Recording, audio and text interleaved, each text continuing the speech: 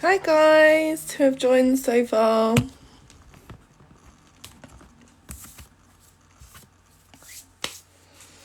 Just wait for a few more people to join and then we'll get started.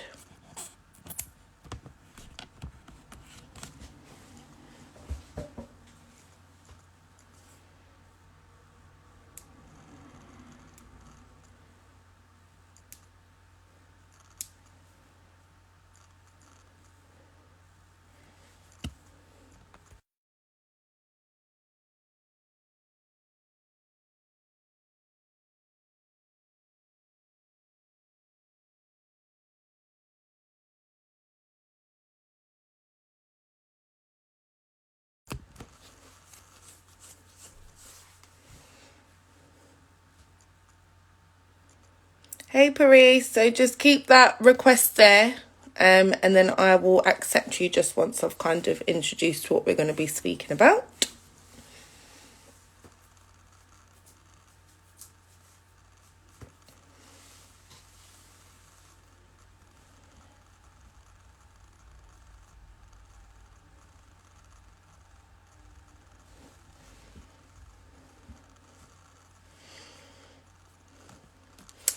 Okay, let me just get started, otherwise I'm just going to be sitting here staring at the screen.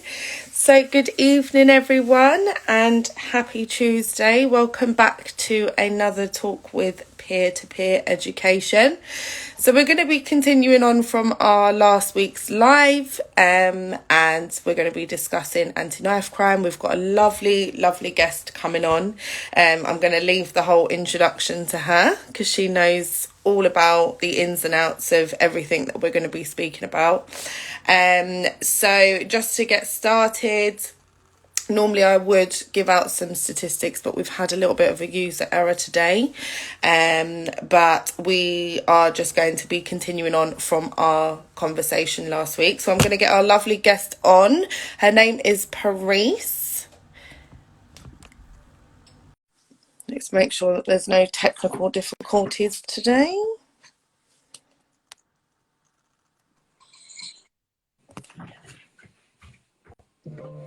Hello.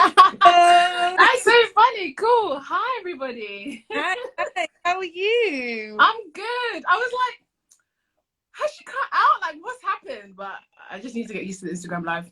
Hi, everyone. How are you doing, my lovely? You okay? Yeah, good. Just ate my dinner, so I'm feeling very happy about that. Very full, Feeling relaxed. full and chilled, which is What good. do you have? A good stew chicken with some rice. Ugh, you can never beat a stew chicken. I actually had a curry chicken. Did you? Actually, no, I had it with naan bread though. I didn't have it with rice. I was I'd trying not to. try and Yeah. carbs I was a meant little. to have couscous, but made it for the 8-year-old, so I was like, I'm just gonna have it. Ah, Yeah. lovely. Okay, so let's get started. So if you want to just start by introducing yourself and just give us a kind of like detailed outline of what you've been up to and what you do get up to on a daily basis. Oh, I don't know if you really have enough time for all of that, because I'm a busy bee. But I'm Pareece Sandiford, founding director of NGC, New Ground Creations.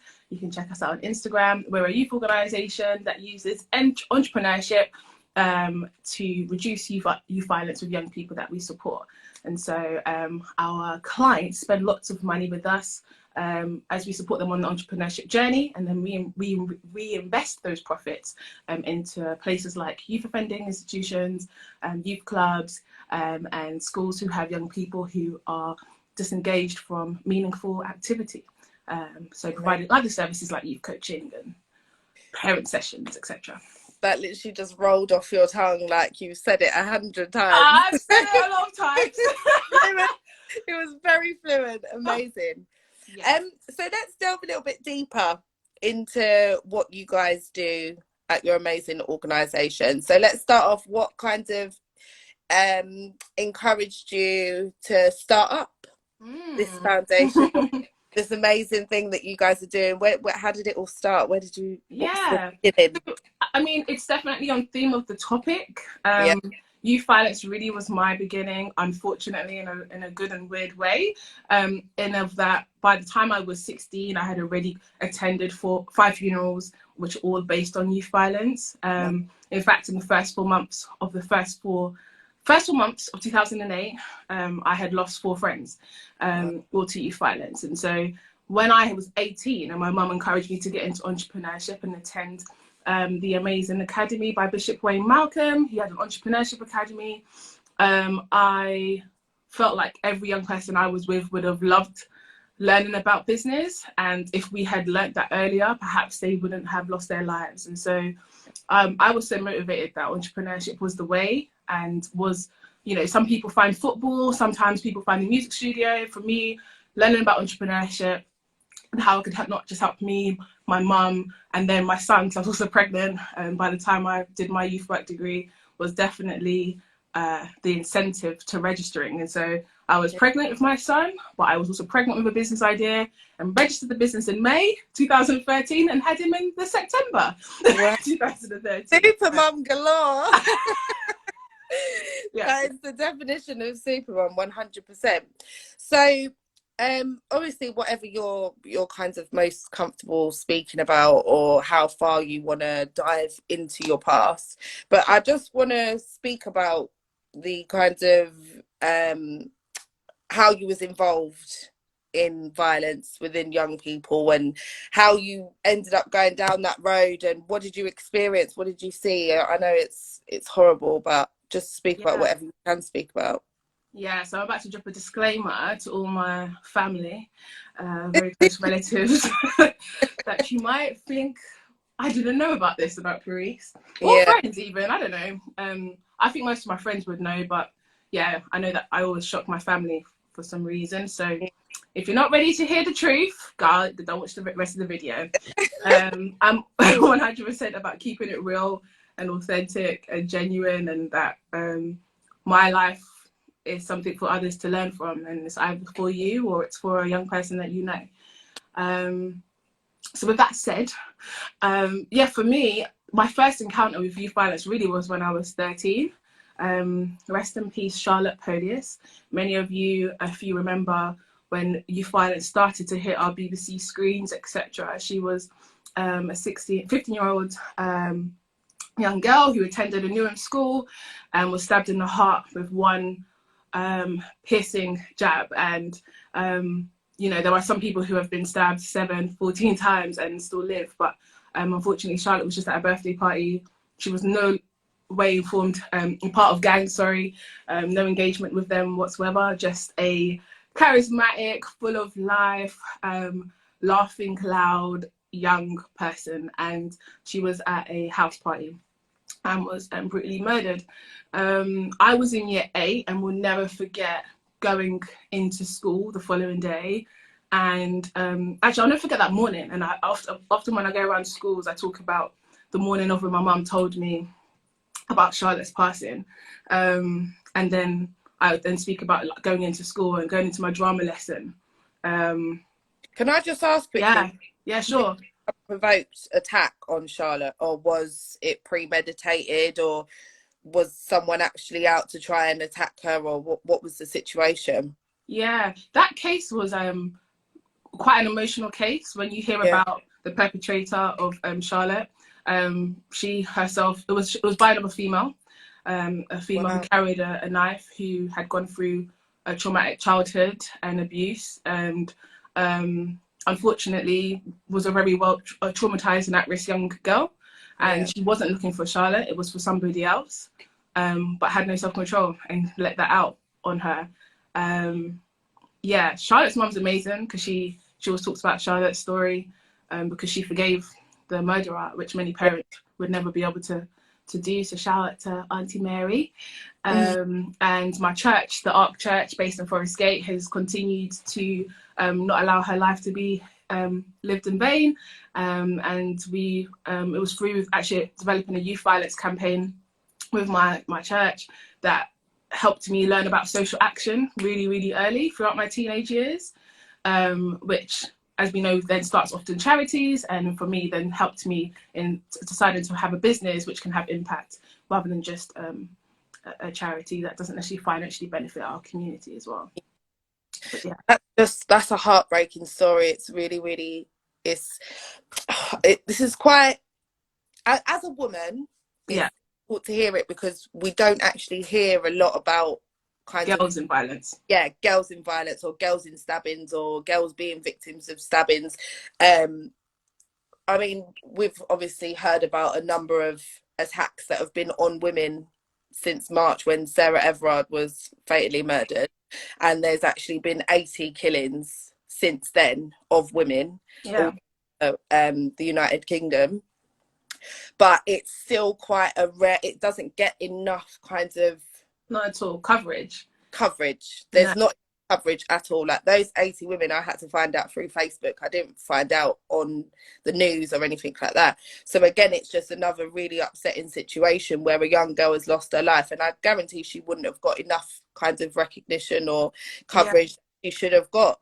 And it's just unfortunate that the things that are being covered are, they're targeting certain groups of people, groups. Yeah, certain races and etc. which is When, why, yeah, yeah, and it's unfortunate. Sorry to cut you. no, that's fine. Go for it, babes. Go for it. No, yeah, no, I was just going to say, I think that's why we always, when I speak about youth violence, I think people always, not confused, but we're not just for young men. And I will say, I'm never going to just, some people say, why don't you just make it a girls-based organisation? And why don't you just make it a boy just for guys? And I'm saying because both tango together. Yeah, and actually the world of exploitation, when you understand it, is there's often a girl in that group or a guy in that group that makes it easier for this to happen. And I just knew it firsthand from my personal experience, but yeah, also knowing Charlotte wasn't even involved in any of that no, and still fell victim to yeah, knife crime. And so knife crime affects everybody, and it yeah, shouldn't be cornered to just one gender or one ethnicity at all, or yeah. class. Yeah. This is so we've been back in schools. Amazingly, we've been counting down the days to be back in school. Yeah. So relieved, and I had my first session with a group of year eights last week. Nice. Just a very, very simple question that we asked them was, how many people in this room know someone who's been affected by knife crime, has potentially been a victim of knife crime, has seen someone commit a crime using a knife? Just those kind of general questions, and every single person in that class put up their hands. 100%.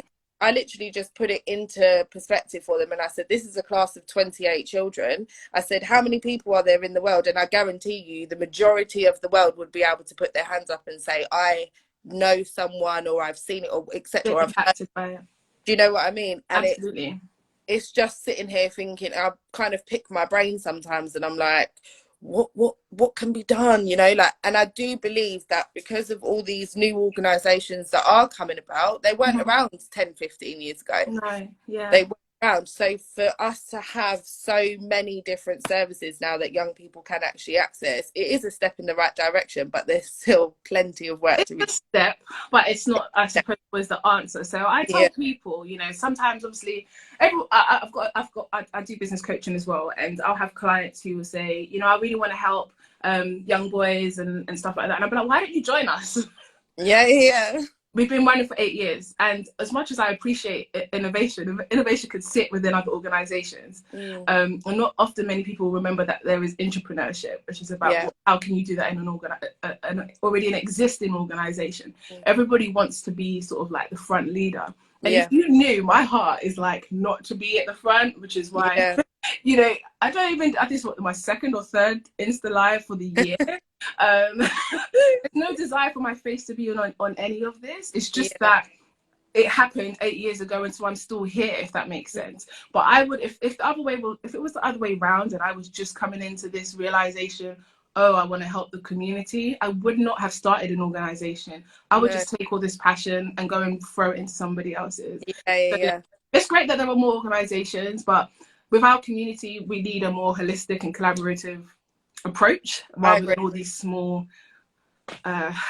startups.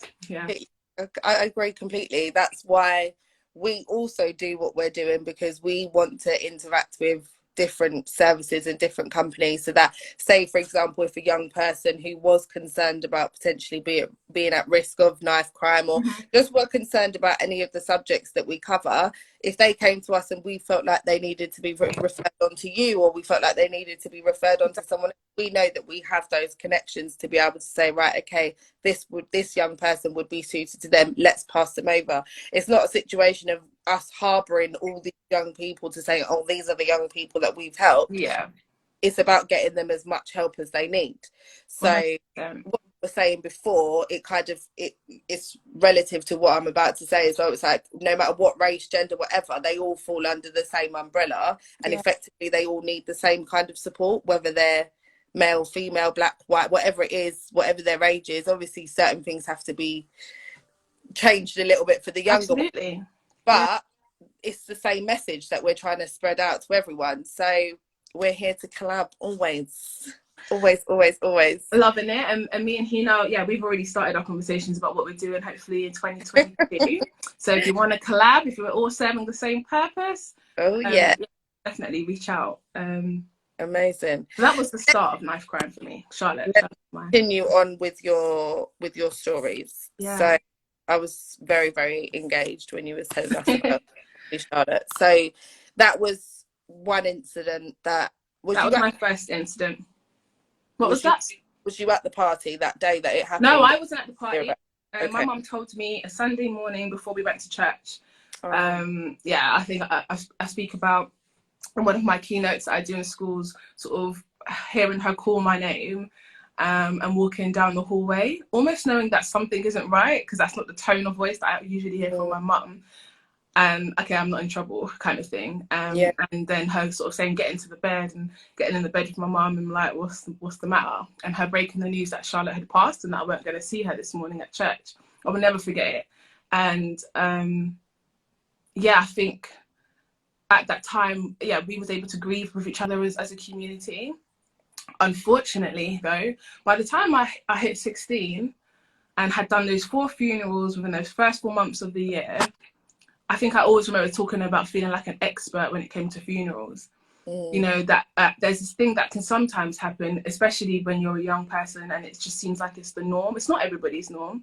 But for some young people, it feels like it's the norm. And I know for me, for certain, I was almost shocked that there were people, once I was an adult, who would be like, I don't know anyone who's faced with youth violence. Or if I'd go to a school that's not from an inner city, or like, I'll never forget going to a Jewish school and talking to them about young people, and they were like, wow, this really happens in your community. And I'm like, you live 10 minutes away from the area this happened. So it was so interesting. There's a bubble, and when you're in it, it's really real. And when I was 16, that was my GCSE year, it was different in terms of the support wise. I think there was almost this, we were all used to someone dying now, and we're all used to someone sharing that news.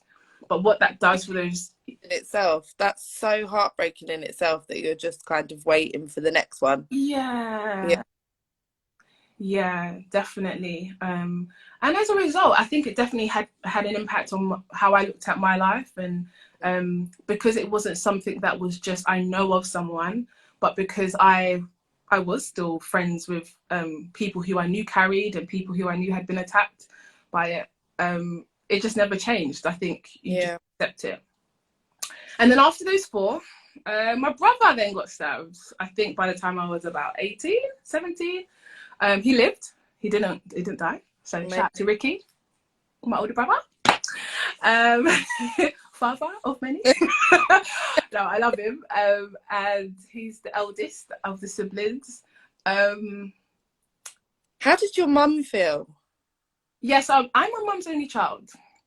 Okay. Was this the same dad? This is we've all got the same dad. I've got 7 siblings, and we're all from the same daddy. Yeah, he busy. Shout out to you, Dad, if you're on the gram. I know he's got the count. But yeah, there's 7 of us, and so, but I was my mum's only child, which I guess for my mum made it even more tough. And I'm sure she was here. She'd be like, like the time when you ran away, she'll say, because that was that was the biggest highlight, I suppose, of when she realised I was Yeah. more at risk than she had preempted. Yeah, yeah. Um, Okay, so yeah. how did your dad feel? How did that day take place? What happened? How did he get himself into that situation? What happened? My dad wasn't active much throughout my teen years. Okay. In really any of my older brothers or sisters' lives, as much as he is in the younger two. Um, and so when my brother passed, when my brother got stabbed, he didn't pass, sorry. When my brother was stabbed, it was my grandparents. My grandparents were really the blood, the glue that kept us all together. Mm. And so yeah, I lived in North London, obviously, and I was still young, as you could say. So I went there via them, and then I went there on my own again after that. And he was stabbed more than once. So as I said, Charlotte was stabbed once and she passed, and my brother was stabbed more than once and he's still here. Yeah. So there's no. There's a story that I tell the young people when I go to schools because I live in Romford. Mm-hmm. So you've got the brewery, which is Mm. down the road. So in that car park, these two young boys, they had come out. I think they had been out for a drink somewhere in Romford, Mm-hmm. and were waiting for their cab in the parking area. And these two boys approached them and basically tried to rob them for their phones. And one of them got stabbed about 7 times, and then the other one got stabbed once in his chest. Mm. I asked the class, I say, who do you think passed away? And they obviously know what I'm going to say, but Yeah. still doesn't. I tell them, none of you have got X-ray vision in this class. No one's got Mm. X-ray vision. We can't see where people's vessels and arteries and all of these kind of things are. You can't see where organs are. You don't know what you're doing. So you could potentially be facing an assault charge and then a murder charge. If someone dies because you have inflicted that injury on them, you will then be facing a murder charge. 100%. And there was literally, I will never forget, even when I was young, you would hear guys talk about like where you're going to stab a man because they thought that they won't kill him. Mm. And so, yeah, Netflix and all that stuff, it dramatizes Massively. massively. And I would say to my husband, we just finished watching Squid Game. And I was like, I don't even know why we finished watching that. I feel like I needed to get to the end of it just so I could see if there was hope. I Or know. like, I don't know what I wanted to see, but it was just something that I've said, I was uncomfortable the whole time, It was often looking away from my screen. But I said, I never want to be desensitized to murder because I know that I became desensitized to it for a period of time. And I've had to go through therapy and stuff to allow myself to grieve my friends again, because I just literally stopped grieving because I just spoke about youth violence all the time. That it was like, I forgot that I was the one that actually lost these people. This is the thing, it's all good and well kind of speaking about it to other people, but actually grieving is a completely different ball game. So me and my sisters, we all lost some. I know it's not at the hands of any kind of knife crime or anything like that, but we lost our mum 5 years ago.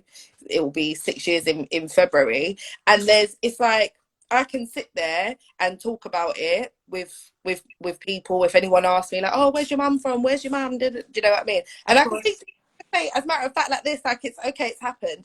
But then you have moments where you're like, oh my god, my heart hurts so much, my heart is hurt. And there's different parts of grief. So I think it's important for everyone to realize that everyone grieves differently. And so just because someone is talking about it, it doesn't necessarily mean that they're grieving well or that they don't need additional support or anything. Do you know what I mean? Absolutely. Yeah. Absolutely. We've got our first question. Yes, Hina. Who were the 4 people stabbed before your brother? My brother, yeah. So 3 of them were what we called our elders at the time. So Asha, Henry, and Jude. And the last person was my Cody. We were the same age, same year, Ike. So all of those 2008 babies, or I'm a 1991 baby.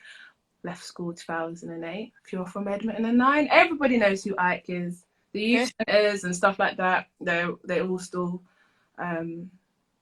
have like memorials towards him and stuff like that. His mum was known in the community because we all went to her shop to get our dumpling and corn after school. But yeah, I knew all of those from road, as it were. Then none of them went to my school. But you know, I will speak about my mum being an amazing mum because she was a workaholic, doing all that she could to better my future. You know, Yeah. she's worked and still works over 30 hours a week, 35 hours a week as a nursery manager. But at Wow. that time, it meant that mum wouldn't often be home until maybe 7. And when Mm. our school started changing the times, I remember finishing school at 2:45 in the end. Oh my God. It's like, what am I doing between 2:45 and 7 p.m.? Yeah. And I just made lots of friends. Yeah. Um, and unfortunately, it was very vulnerable to grooming um, and to other friendship groups that I also had just an interest in being nosy. I wanted to explore and I wanted to know why, and I felt, why not? You know, Yeah. partly one, wanting to understand it, and two, well, what else is there? Like you know, Mm. and you know, the Bible says the devil makes work for idle hands, and idle we were, and many a times, and those things took place as a result. Yeah.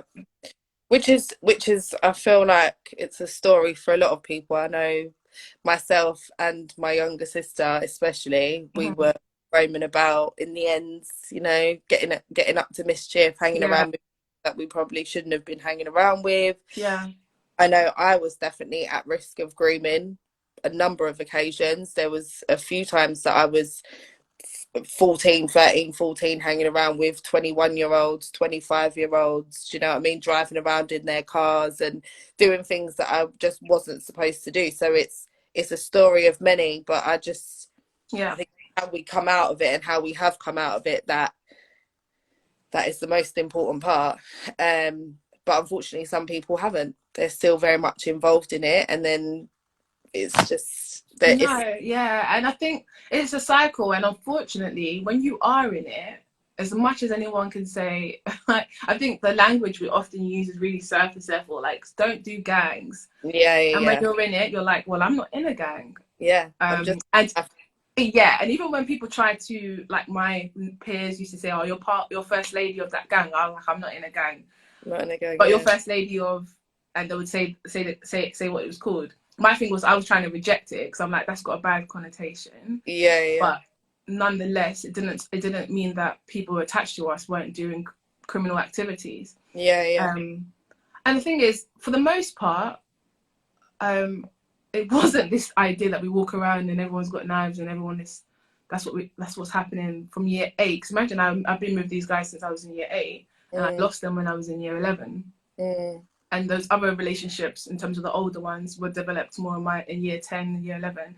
I think this answers probably your question. The scariest point for me. Yeah. So we'll just read out the question so everyone can see it. What is the Sorry. scariest point for you regarding knife crime antisocial behaviour? Yeah. Yeah, I think this is partly probably, scariest point would have been, so thinking back, is really just the power of females when it Mm, comes to male gangs, and or people who carry knives, and who might do it for different reasons. So um, even in the situation where I was at a house party, and because I knew I went to the house party with guys actually, and that was more just because I trusted them and I knew they weren't going to exploit me or do anything that I didn't want to happen. And so the house party got stopped by the police, and the police were going to come and stop and search the guys, and quite idiotically would be comfortable in, because I knew that girls couldn't get, I knew my rights and I wasn't going to get stopped and searched by a male. I'm often able, or a female is often able, to then hide whatever a male might be carrying, yeah. and get rid of or carry and hide it in other places. Mm-hmm. Um, and so yeah, I think I was quite aware of that. The guys were aware of it, and I was happy that I was able to help. Mm. Um, and that's quite crazy, because I think when I speak to other parents and when I'm in the classroom, sometimes you often know, and Yeah. sometimes you've got quite naivety from parents or leaders who think, well, it's not girls, and no, the girls might not be the person always stabbing, but they're definitely Oh, the girls can be the manipulators. They can be the little voice in your head Yeah. telling you what to do. They can be potential instigators. They can be Yeah. extremely aggressive within a predominantly male group or environment, whatever it is. There's many, many ways that girls can So play. many ways. So So, many. so many ways. And I think there needs to be this whole stigma around gang violence and gun and knife crime. And it's not just men. It's not just boys. It's No. not. There Yeah. are girls that Yeah. need support, and they need to be told that they're in the wrong place. You don't want to be getting yourself involved in that and stuff like that. And this is what we try to push on to our young people, is that it's not just the boys. I'm not just looking at the boys when I'm speaking to you. So I'm speaking to you all of you, because it's so easily done. You could, like, for example, me myself, I've got a little boy who's 10, and when I got with his dad, I was 14, and he was in a gang. He was very much a part of a gang. He used to have a knife that he kept at home. He used to sell drugs. Do you know what I mean? He did the whole lot. I'm not with him now, but he used to do the whole lot. And I was there like, yeah, I'm just here for the ride, you know? I'm so... And then you Yeah. the fact that, okay, well, if he asked me to hold that knife for him while he was going to do something, and I got stopped, do you know what I mean? Exactly. That's not me. 100%. Do you Yeah. know? I think a lot of young people need to understand that just because someone tells you to do something, it doesn't mean you have to do it, No. whether they or not. You don't need to do it. You know what I mean? Yeah.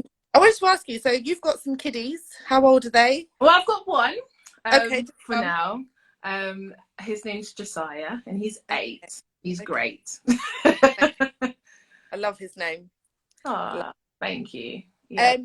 So let's talk about like the mummy side of things a little bit, because you've got a son, I've got a son, and I know as a parent, I've said this on many a live because it is something that plays on my mind on a regular basis as he is getting older. How do you feel about sending your son out into the world?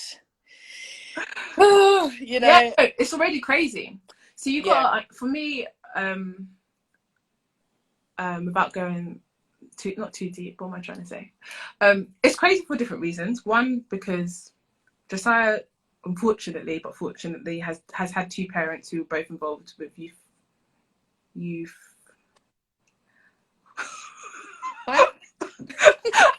I feel like I was skimming around the activity. I was like, it's an auntie lot watching this. No, I said I'm going to keep it real with you guys.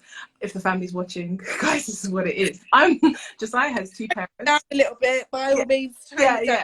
Josiah's, and this is not my husband. Everyone who knows my husband, he is a good boy. Simon, yes, shout out to you, hubby. He is a good boy and a great man. Never been excluded or anything like that. Detentions, he didn't know detentions. Marry a good guy, guys. But Yeah. Josiah's dad was a bit of a naughty dad in his teenage years, as was Josiah's mum, me. And so I think when I see, as much as my son's 8, the conversations he has compared to some of his peers are completely different. And there's a desire in my son, 1, to lead, 2, to be around people who are older than him. And he's active. He likes to stunt with his latest birthday gifts. Innocent, she's laughing. That's good. That's good. I'm trying to make this a laughable conversation, but it's not laughable, obviously. It's very serious. This is just the way I cope with it. So the reality is, I'm aware that, like his dad, he's aware that his dad wears tracksuit bottoms. So for him, that looks cool, and that's how I want to dress. I want to have a big puffer coat. I'm not wearing jeans. Why am I going to look smart for? Now, to me, this is all really early. Like, for me, I'm aware that you're attaching how your dad dresses to this idea that this is cool, and this is only done by when we're like driving after school. Look at all those black boys, or he'll say like he'll say to me, like yesterday, he even said, boys are more worse than girls. I said, what do you mean they're more worse? Well, boys always do more naughtier things than girls. I said, that's not true. He goes, yeah, well, cool boys do. I said, but I thought you like to be cool. I thought you wanted to be cool. So are you going to be a bad boy? And I'm having to have these conversations with my 8-year-old. Now, Yeah. some other people with their 8-year-olds, even their 10-year-olds, are not speaking about that. Yeah. And I know that because I ask these questions. You know, I'm Mhm. talking about race with my son. I'm talking about the police with my son, because actually he has an innate desire to, one, want to challenge authority, unfortunately. Two, to want to stand out and to be cool and to be respected. And he'll rather take the risk and apologize after than like what a lot of other children who have more innocence in them Yeah. sit and not do it, you know. Yeah. Yeah. Just to show you a little bit. So my son is exactly the same. Really? Yeah. From quite young, he wanted to dress like his dad. His dad tried to get them matching tracksuits. The kind of music that has been influenced, or shall I say, his dad listens to in front of him, which I don't condone, but it's also a situation of I can't be checking up on them 24/7. So Mm-hmm. my son has now developed a real interest in drill and trap and all of these kind of Mm-hmm. things that are considered cool and on trend and Mm-hmm. what all other young people are doing at the moment. But what we all try to remind him, like, I don't like it when he tries to use any words such as like bruv, fam. I don't like it when he speaks like that. That's just not how I like him to speak. So we have sat down and had a number of conversations with him about the vocabulary that he uses, the way that he carries himself. He likes to wear a silver chain that his dad got him. It's like a thick silver chain, and like he'll have it over his hoodie, and I'm just a bit like, oh, You feel okay. so uncomfortable. Because I'm just like, oh God, I don't want him to give off that image. And it's so unfortunate that in our day and age as well, that our young boys have to be so careful, not even just from other boys, but unfortunately by the police as well. There is a lot of young men, predominantly black, that are targeted by police, stop and search and all of these kind of things. And I just don't want him to be a target. That's Of effectively course. the most. I don't want him to be a target, and I also don't want him to just get involved in things that he doesn't want to do. So what we've done with him now is he's very much involved in school. He goes to a basketball club Yeah, every it's like it's football. Yep. Yeah. This we have to do. We have to get them into Into something. activities. I don't let him play out on the street. There's other kids that Same. sometimes I don't let him play out. He I ups don't. me every week, but we're not there yet.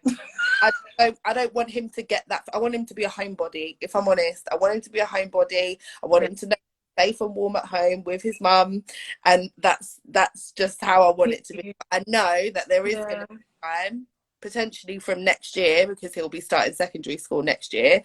That will be the starting point of me having to kind of loosen the reins a little bit and letting him explore life. But I've said to my partner that we've sat down and spoke about it, because he's got a little boy as well. Only 5, so we haven't got to that part of like really speaking to him. He's a little bit nerdy as well, bless him. He wants to be That's good. yeah, that's with dinosaurs.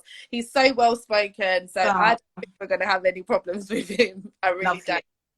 But with my son, we've sat down and he's like, oh, you know, like, you're gonna have to let him be a boy. And I said, I don't care, I'll drop him off to the party and pick him up if I have to. That's what my mum did for me, to be fair. Yeah.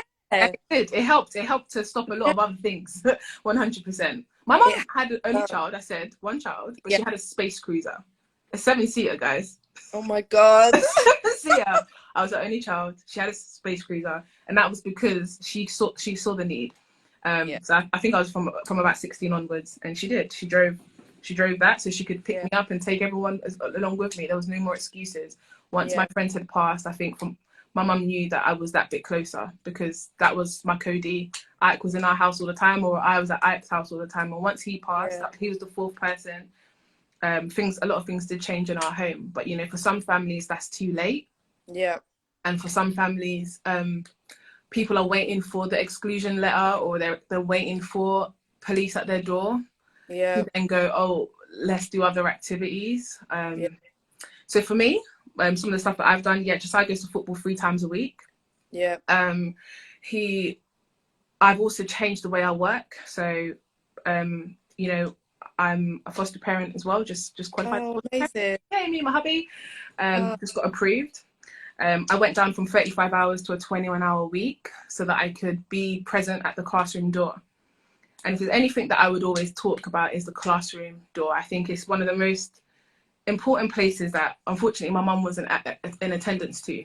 And I desire that I can be at that classroom door up until year 11. And maybe even in college, guys, I'll be at the classroom door.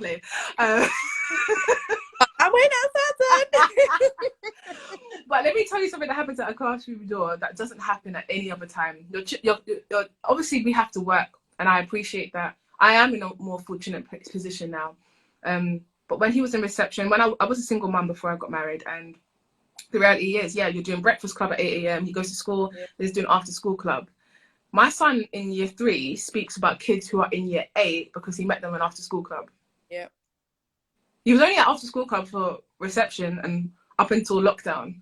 But he still sees when we're driving back, he'll be like, I remember so-and-so. And he'll point at people who are in year 7, year 8 because he met them then. And because when he was there, they gravitated towards him because he's, as I said, he's happy to talk and be with kids that are older than his age.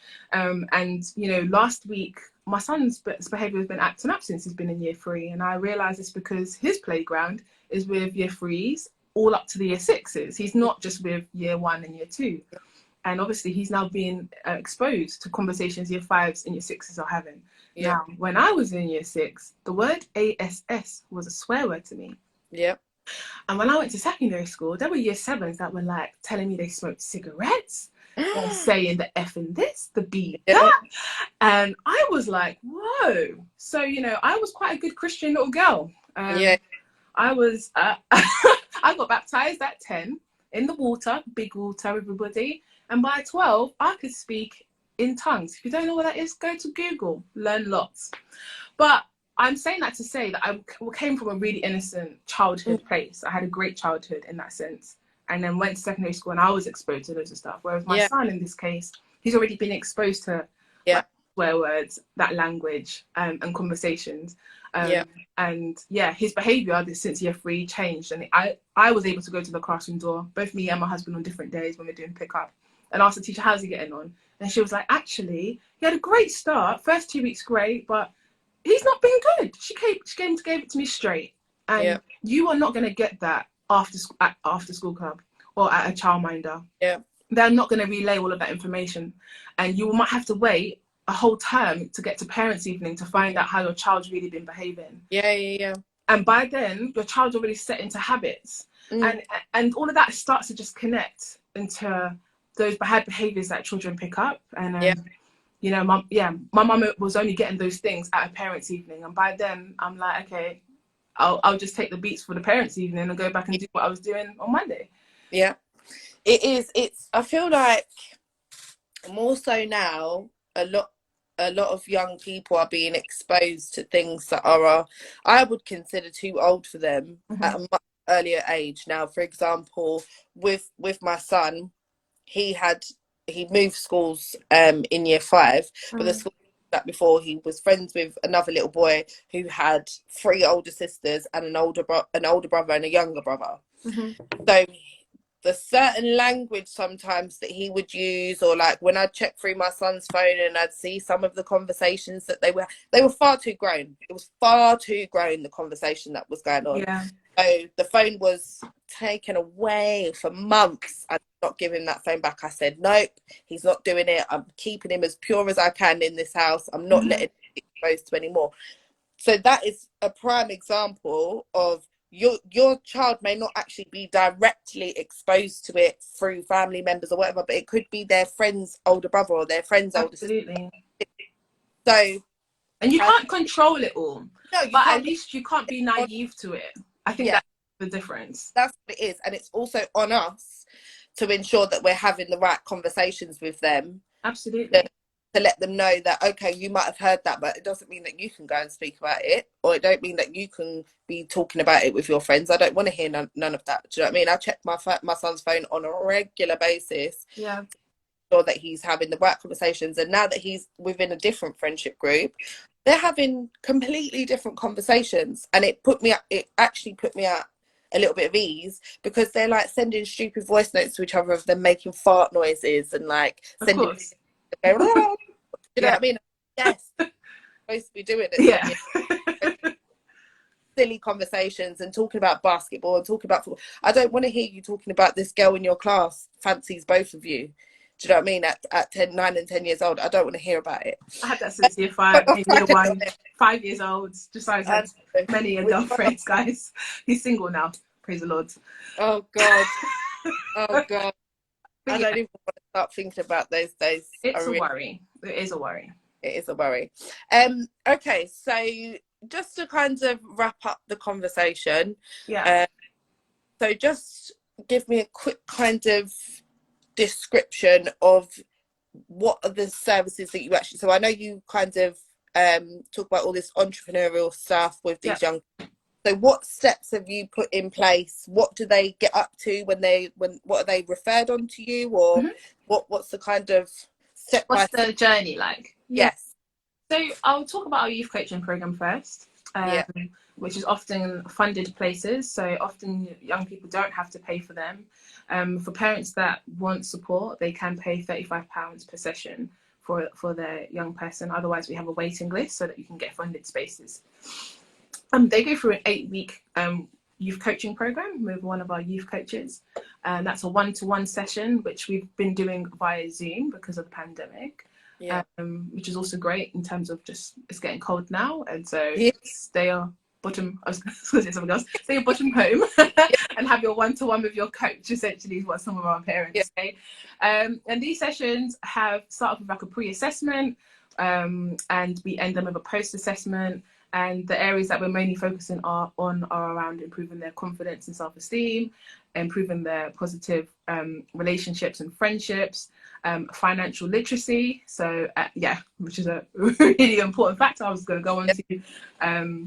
And the last one, Pareece. I said 3, isn't it? Yeah. There's 4, guys. There's 4.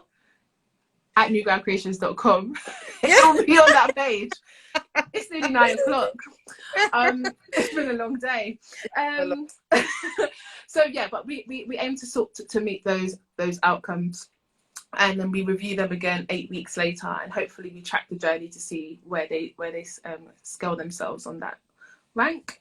And then we also have in terms of the enterprise support, we have a 12-week program that young people can journey through. They're usually because of a youth organisation bringing us in.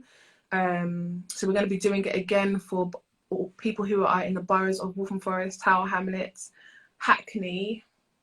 Yep, Waltham Forest, Tower Hamlets, Hackney. There's one more borough in East London that is included in that bubble. Again, you'll see some comms for that in the next week or so. But there's 3 places. There's going to be about 18 spaces on there. Winners get £1,000 for completing the program and winning the pitch, ultimately, to help them get started. And where we have, again, if there are profits, we will just help a young person register their business. It costs less than £20. And we offer business coaching, which is really affordable, £25 per session for a young person to get started. And really, Sorry, what's the kind of age range? This is sounding very appealing to me, actually. It does. We always have parents and adults come back, which is why we've opened it up, because we understand the need for finance in our community. Although it was set up for young people, majority of our people who pay for the service are adults, are adult entrepreneurs, which is where if you buy our sessions, a £35 business coaching session pays for a young person's youth coaching session. So we directly gift a coaching session to a young person when people buy our business session. That is amazing. That is such an amazing idea. I need to shout more about it, but I'm always like, you do on the hilltops, because I've not even come across any other organisations that are doing anything like what you guys are doing. And I feel like more young people and more adults also need to know about it. Adults need it, for sure. And like I said, like the biggest thing... Do your own Instagram lives every week. You might have to bring me on if I'm going to start talking on Instagram live. I'm a background girl. I'm grassroots. I love talking to young people, youth worker at heart. But because I've run the business for 8 years, my thing is, I say, if I can make 10k in a business in a year, that's an extra 10k on top of your salary. You Yeah. know, or we brought in 30k this year. That's an extra 30k on your salary. Like, Yeah. you know, no, I'm not talking millions. And often people are attracted to the people with the red soles. I Yeah. don't own shoes with red soles because I put No. money in other places. And think from it. So I'm not everybody's business coach, and that's absolutely okay. But it's not just myself. I have some of amazing coaches who are able to help people get started in business. And so, Yeah.